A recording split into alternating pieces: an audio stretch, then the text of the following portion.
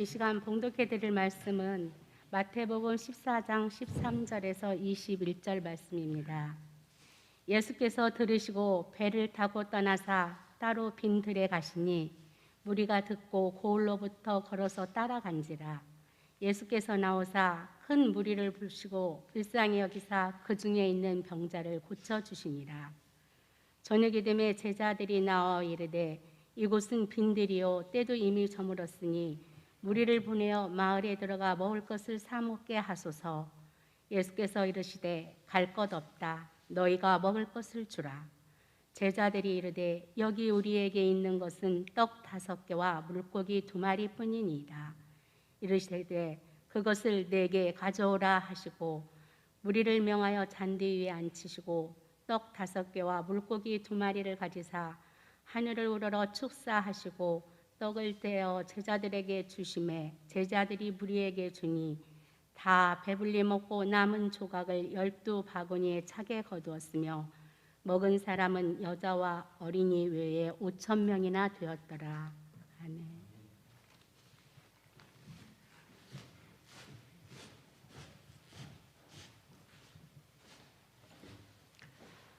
아멘. 장학위원회 위원들 나오셔서 특성 있겠습니다.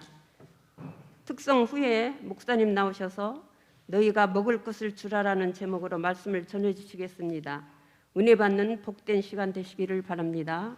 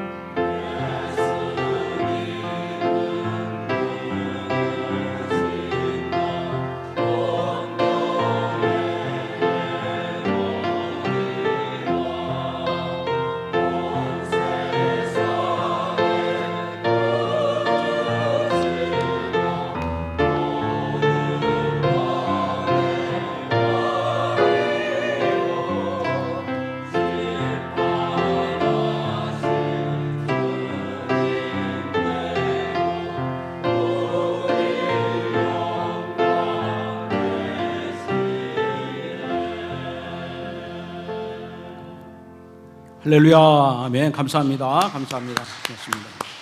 은혜를 받았습니다. 고맙습니다. 오늘 아침에는 우리 전주일교회 장학위원회 헌신 예배를 드리게 되는데요. 이 장학이라는 한자어의 뜻은 권면할 장, 그다음에 배울 학, 다시 말하면 권면에서 배우게 한다는 뜻을 갖고 있습니다. 권면에서 배우게 한다. 지도에서 앞에서 끌어당기고 뒤에서 밀어서 배우게 한다, 지속하게 한다, 이런 의미를 갖고 있고요. 이것이 영어로 이렇게 영어적인 표현은 이제 슈퍼비전, 이제 비전인데 어마어마한 상당한 큰 능력의 이제 비전이다. 그러니까 말하자면 지금은 이렇게 우리가 눈으로 볼 수 없고 지금은 잡을 수 없지만 이게 사람을 키워나가는 것은 상상할 수 없는 큰 일이다, 엄청난 일이다, 이런 뜻을 이제 내포하고 있습니다. 우리가 미래를 볼 수가 없죠. 미래를 만질 수도 없습니다. 그러나 우리가 미래의 일꾼이 될 그런 사람들을, 우리 젊은 학생들, 어린이 청소년들을 하나님의 사람으로, 말씀의 사람으로 우리가 키워서 그들로 하여금 미래를 하나님의 기쁨이 되고 건강한 교회가 되고 행복한 가정으로 만들어갈 수 있도록 우리 교회가 그렇게 후원을 하는 것은 바로 미래를 우리가 만들어가는 참 아름답고 놀라운 일이 될 수 있다, 슈퍼 비전의 일이다 하는 것이 될 수가 있습니다. 이번에 우리 장학위원회에서는 최성수 장로님을 위원장으로 우리 이승구 권사님이 총무를 맡으시고 또 11분의 위원들이 이 일에 함께 기도하고 헌신을 하게 되는 것이죠. 이런 장학위원들의 헌신과 우리 전주학교 교우 여러분들의 협력으로 이런 우리는 아름답고 행복한 장학사업의 열매를 우리가 맺게 될 것을 기대를 하는 것입니다. 사도행전의 말씀에 보면 오순절 마가 다락방에 성령이 임하게 되고 그 성령이 모든 사람들 가운데 함께할 때 그분들이 성령을 통해서 이렇게 꿈과 비전과 환상을 이렇게 받게 되는 것을 말씀해 주고 있습니다. 사도행전 2장 17절 말씀을 같이 한번 읽어보겠습니다. 사도행전 2장 17절입니다. 시작. 하나님의 말씀하시기를 말세에 내가 내 영을 모든 육체에 부어주리니 너희 자녀들은 예언할 것이요 너희 젊은이들은 환상을 보고 너희 늙은이들은 꿈을 꾸리라. 아멘. 그러니까 인간이 죄악으로 하나님의 영이 떠났습니다. 그래서 인간이 육신이 된 거죠. 근데 예수 그리스도를 영접함으로 하나님의 영이 회복이 됐습니다. 그리고 성령이 임하셔서 그 우리들의 영 안에 비전을 주신다는 거예요. 이건 사람의 꿈이 아니라 하나님의 꿈을 주시는 것입니다.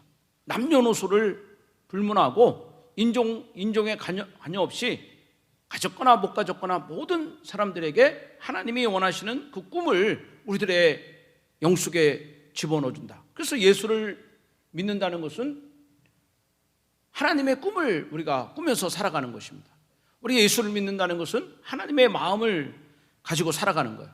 그러면 하나님이 믿는 자들 가운데 부어주시는 그 꿈이 뭐냐? 그것은 바로 선교의 꿈입니다. 예수님이 하늘을 올라가시기 전에 하늘과 땅의 모든 권세를 다 너에게 주었으니 그러면 너희는 아버지와 아들과 성령의 이름으로 세례를 주고 내가 너에게 분부한 모든 것을 가르쳐 지키게 하라. 볼지어다 세상 끝날까지 내가 너희와 함께하리라. 이게 하나님의 영이 없는 사람들은 하나님의 마음, 하나님의 꿈, 또 하나님의 목적, 이것이 관심이 없는 거예요. 근데 예수님을 믿고 나서 그리고 성령이 우리 안에 임한 다음에는 이 하나님의 이 꿈이 우리 안에 막 이렇게 넘치게 되는 것입니다. 그래서 우리 지난달에도 저희 지방에 목사님 한 분이 이제 과테말라로 선교사를 가시는 거예요. 나이가 이제 50이 넘고 아이들 다 시집 장가 보내고 그리고 이제 목회를 한참 해야 될 그 나이에 모든 걸 다 접어두고 가는 거예요. 그래서 언제 또 만날 수 있냐 하니까 모르겠다고 그러고 가더라고요. 그리고 이제 갈 때 보니까 짐 트렁크 몇 개 딱 지고 가요. 그래서 어떻게 이렇게 가냐 그랬더니 거기 있는 분들이 아무것도 가져오지 말고 짐만 가방만 하나 들고 오라고 그러더라. 그래서 제가 갈 때 우리 교회 70주년 그 기념 타월 하나 주면서 추우면 이렇게 덮고 자라고 하나 주고 갔어요. 그래서 참 기가 막힐 노릇이에요. 그게. 그 왜 그렇게 가는가? 그게 보면은 사람들 볼 때는 참 미련하다, 어리석다, 참 인생에 대책이 없다 이렇게 받아들일 수밖에 없지만, 그러나 그 목사님과 사모님에게는 그런 꿈이 있는 거예요. 하나님의 꿈을 이루고 싶고 하나님의 나라를 만들어가고 싶은 그런 마음이 있으니까 그냥 모든 거 다 버려두고 그러고 이방 땅에 이렇게 가는 것입니다. 근데 또 하나 꿈은 뭐냐?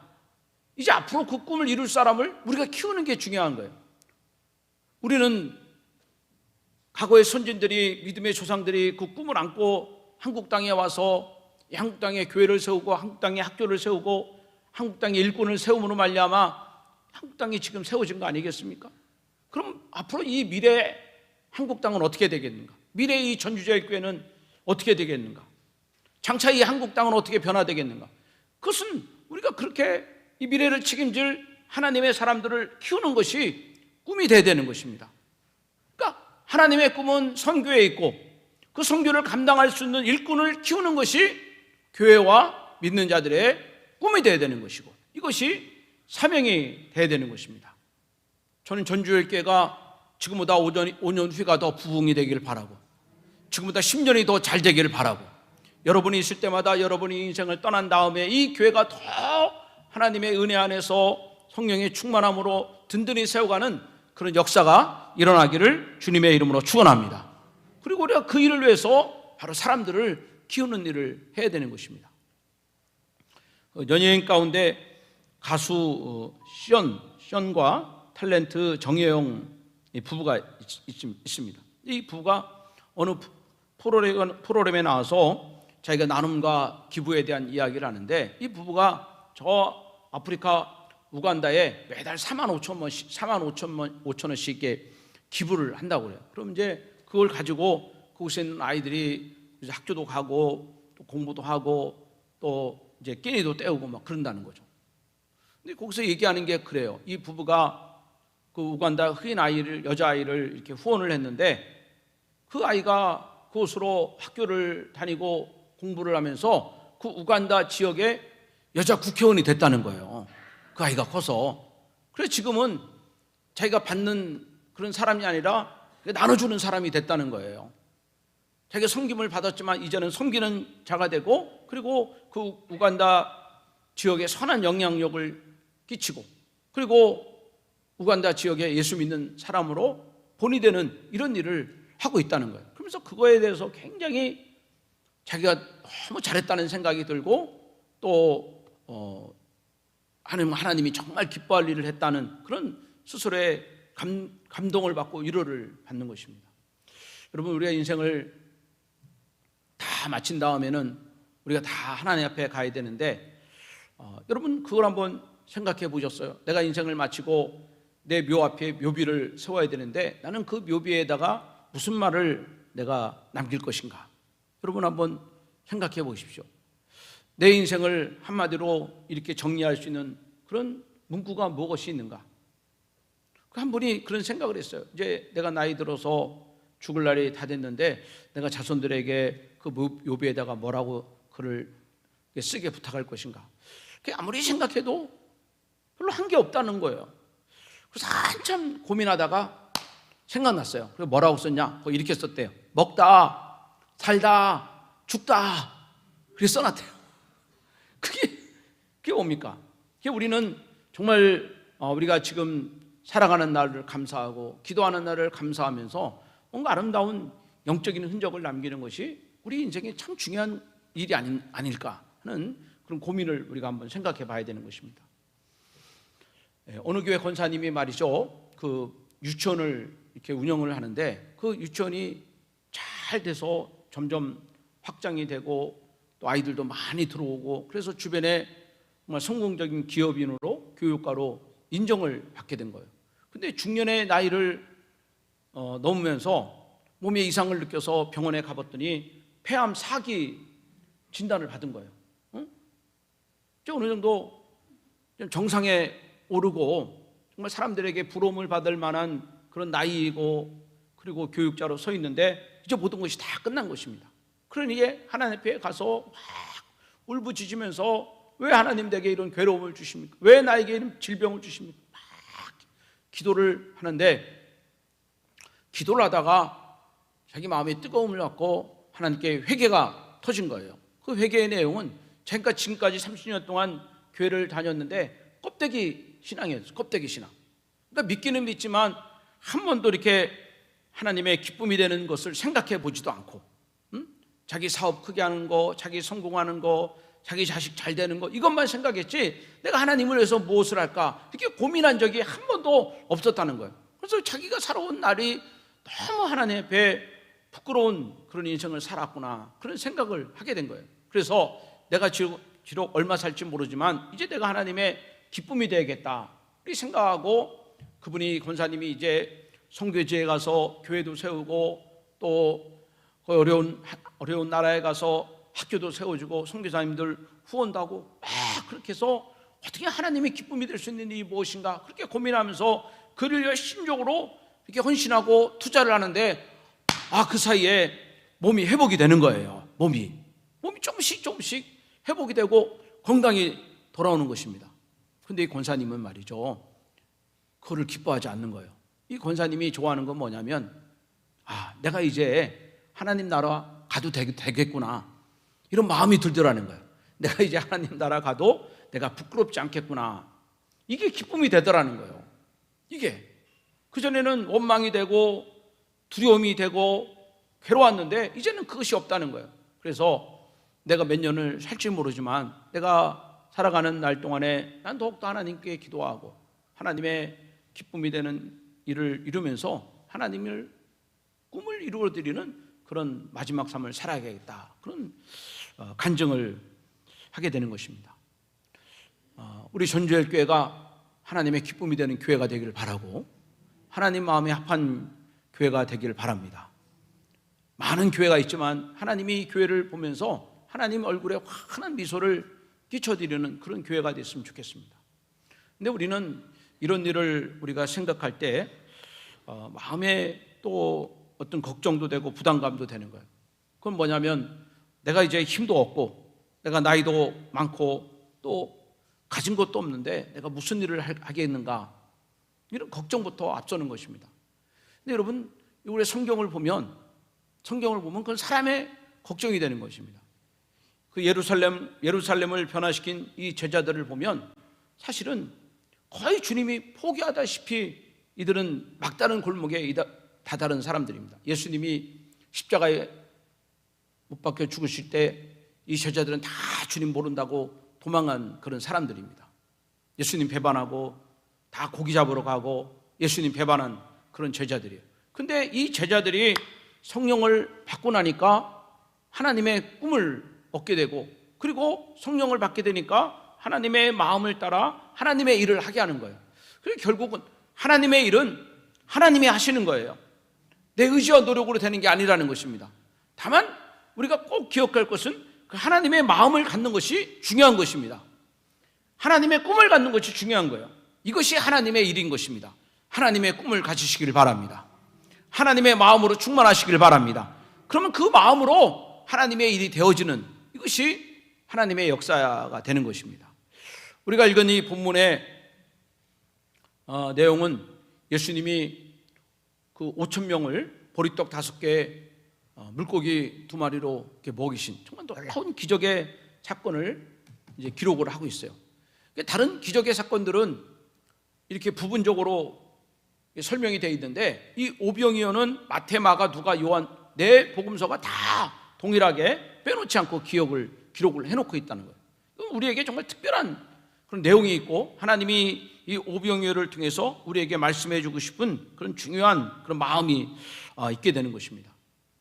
예수님이 가시는 곳마다 수많은 그런 인파들이 주님을 따라가게 됩니다. 어떤 이는 좀 병에서 고침받기 위해서 주님을 따라가는 사람도 있고, 어떤 이는 마음의 무거운 죄책감으로 좀 자유하게 해서 주님을 따라가는 사람도 있고, 또 어떤 사람들은 자기 아내나 자기 남편이나 자기 자녀들이 질병에 걸려가지고 병든 자를 메고 그리고 주님을 따라가서 주님께 애걸하는 그런 사람도 있고, 정말 셀 수 없는 많은 사람들이 각자의 필요를 따라 주님을 찾고 있는 거 아니겠습니까?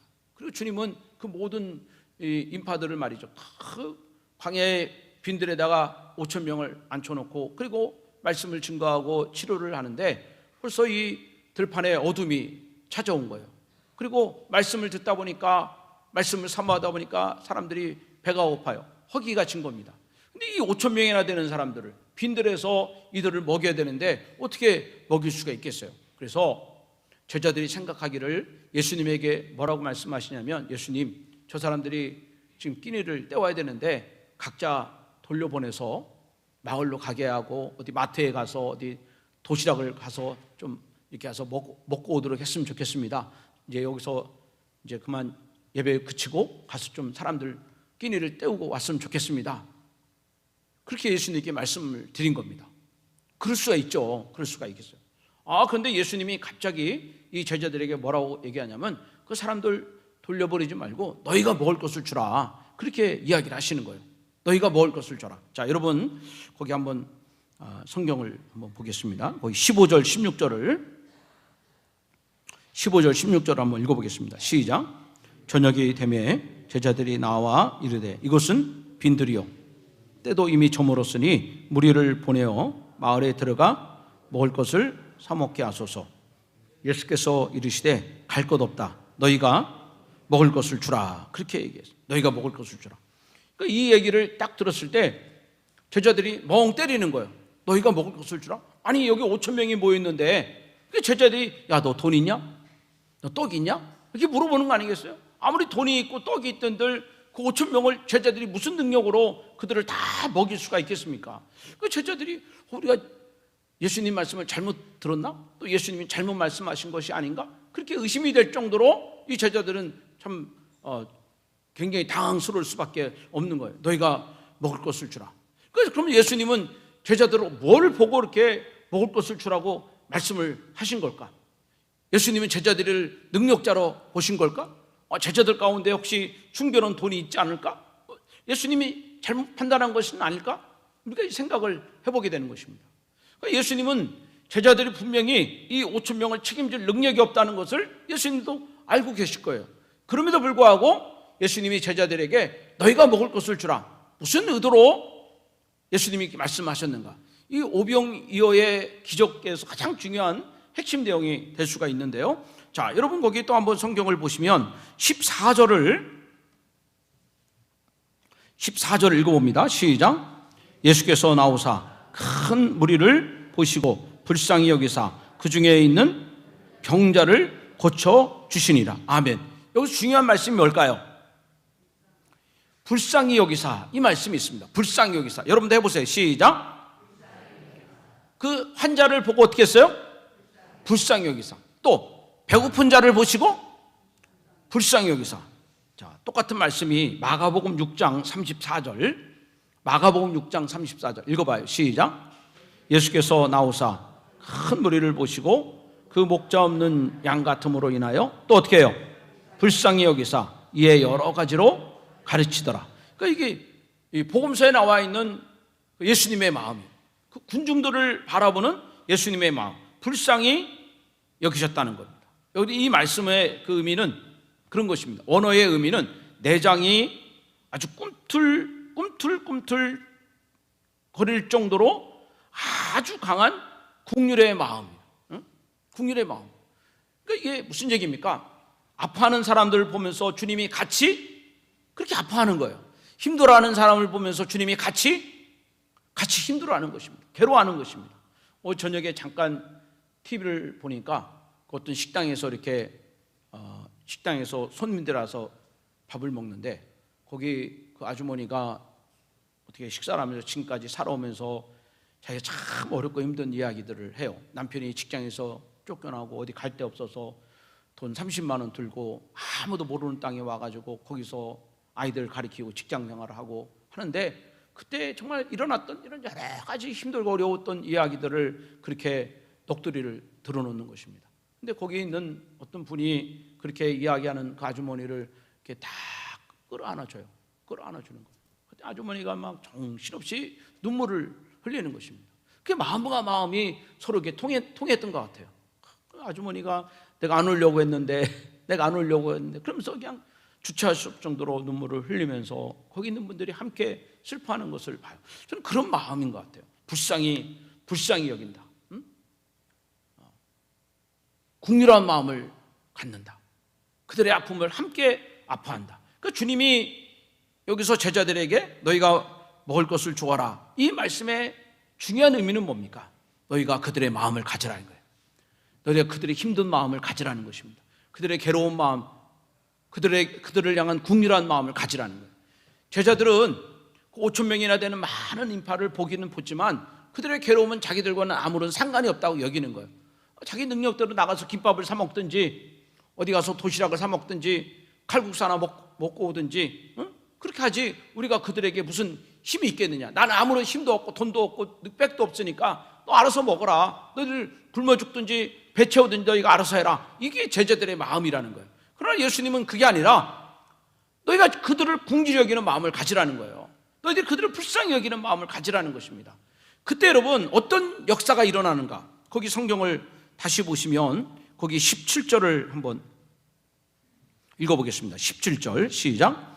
제자들이 이르되 여기 우리에게 있는 것은 떡 5개와 물고기 2마리 뿐이다. 다시 한번 읽어봐요. 시작. 제자들이 이르되 여기 우리에게 있는 것은 떡 5개와 물고기 2마리 뿐이다. 자, 여기 참 중요한 말씀이 또 한 가지가 있습니다. 이렇게 여러분 그 5천 명을 향하여 불쌍히 여기는 마음을 갖고 그들을 궁리 여기는 마음을 가질 때 어떤 일이 벌어지냐? 내게 있는 작은 것들을 나눌 수 있는 그런 마음이 생긴다는 거예요. 그러니까 관심이 없을 때는 줄 것도 없고 주고 싶은 마음이 없는 거예요. 응? 내가 왜 그 사람들을 책임져야 되느냐? 오히려 반항하는 마음이 생기는 것입니다. 그런데 여러분 불쌍히 여김을 갖게 되면 집에 뭐 없나? 불쌍히 여기게 되면 뭐 좀 줄 게 없나? 뭐 갈 때 뭐 챙길 게 없나? 이런 마음을 갖게 되는 거예요. 그러니까 여러분 나누는 역사, 기적의 역사, 풍성함의 역사의 시작은 바로 궁밀한 마음입니다. 함께하는 마음이라는 것이죠. 그때 여러분 그 작은 곳에 하나님이 함께 하시면, 그 작은 곳에 주님이 안수하시면 그것이 여러분 5천 명을 먹이는 그런 풍성한 기적의 역사로 나타나는 거예요. 그러니까 제자들이 주님의 마음을 갖고 그들을 향해서 긍휼한 여김을 가질 때 그들이 내놓을 수 있는 오병이요, 보리떡 5개, 물고기 2마리가 나오고 예수님이 거기에 축사하실 때 여러분 5천 명이 다 먹이고 12강조리가 낳는 이런 기가 막힌 풍성한 사건이 이루어지게 된 것입니다. 1955년 가을 그 미국 오레곤주 그 유게네라는 그런 마을에서 있었던 이야기입니다.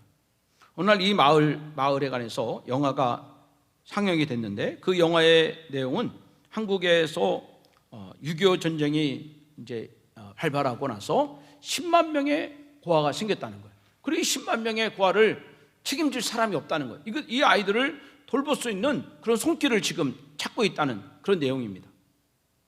영화를 보던 한 농부 부부의 마음속에 그 고아들을 향한 긍휼의 마음이 이렇게 마음속에 일어나기 시작했습니다. 잔잔한 그런 파도가 일기 시작했습니다.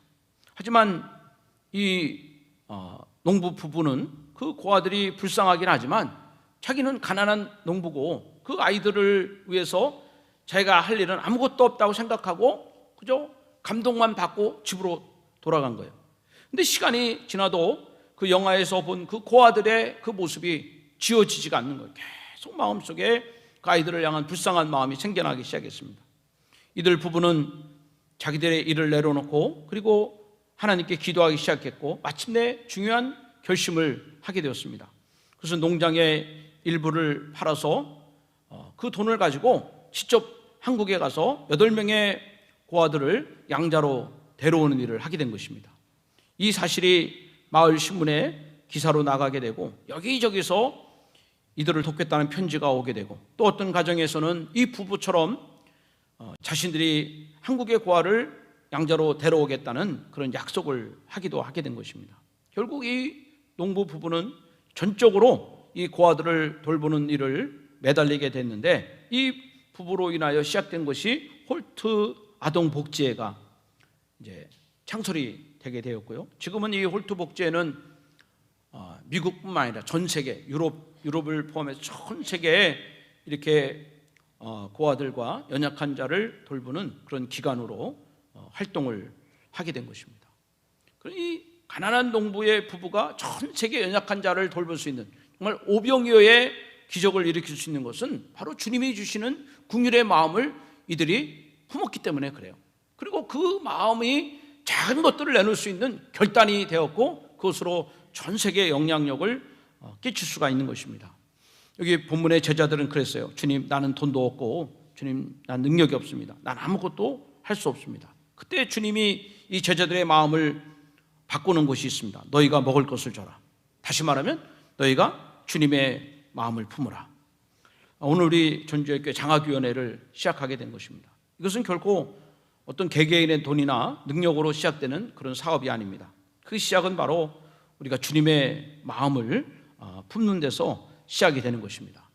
나는 살고 있지만, 나는 지금 먹고 있지만 장차 이 시대, 이 미래, 우리 교회의 미래와 한국 교회의 미래와 이 민족의 미래를 우리가 어떻게 할 것인가, 여기에 대해서 우리가 궁질히 여기는 마음을 갖고 책임감을 가지고 헌신하고자 할 때 우리의 작은 희생들을 우리가 하나님께 드릴 수가 있는 것입니다. 여러분 주보에 여러분들 장학위원회